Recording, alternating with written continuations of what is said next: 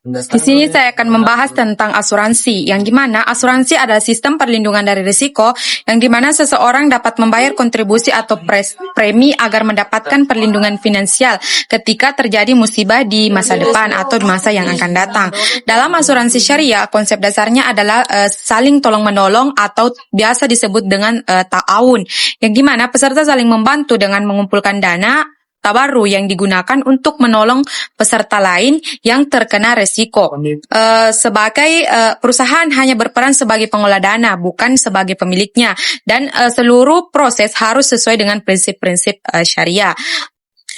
Selanjutnya yaitu sejarah asuransi syariah, yang dimana berawal dari praktik saling menanggung risiko dalam Islam seperti konsep akilah pada masa Nabi Muhammad SAW, di mana masyarakat saling membantu membayar diat. Yang konsep ini kemudian berkembang secara modern pada akhir abad ke-20-an, dan di Indonesia asuransi syariah mulai berkembang sejak tahun 1990-an seiring meningkatnya kebutuhan layanan keuangan yang berbasis syariah. Yaitu perbedaan konsep dasar asuransi syariah dan konvensional.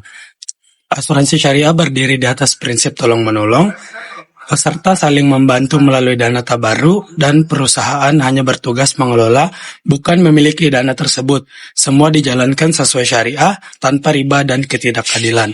Berbeda dengan itu, asuransi konvensional memakai konsep jual-beli resiko. Premi yang dibayar menjadi milik perusahaan dan risiko sepenuhnya dialihkan kepada perusahaan asuransi.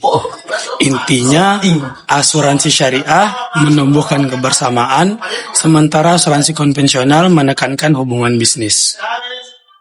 Dalam simulasi sederhana, seorang mengikuti asuransi dengan iuran 1 juta per tahun. Pada asuransi syariah, dana tersebut masuk ke dalam dana tabarru milik bersama peserta. Jika terjadi klaim, pembayaran diambil dari dana tabarru. Apabila di akhir periode terdapat surplus dan pengelolaan dana, maka surplus tersebut dibagi hasil antara peserta dan perusahaan sesuai dengan akad yang disepakati, misalnya 60% untuk peserta dan 40% untuk pengelola. Artinya, peserta tetap memiliki hak atas kelebihan dana karena perusahaan hanya berperan sebagai pengelola. Sebaliknya, pada asuransi konvensional, premi 1 juta langsung menjadi milik perusahaan. Jika terjadi klaim, kelebihan dana atau keuntungan sepenuhnya menjadi laba perusahaan dan tidak dibagikan kepada nasabah. Nasabah hanya menerima manfaat jika terjadi resiko sesuai dengan polis tanpa konsep bagi hasil.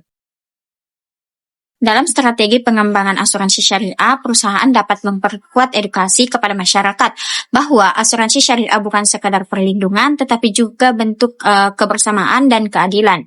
Dengan meningkatkan literasi syariah, memperluas kanal digital, serta menghadirkan produk yang sederhana dan transparan, asuransi syariah dapat lebih mudah dipahami dan diterima oleh generasi muda.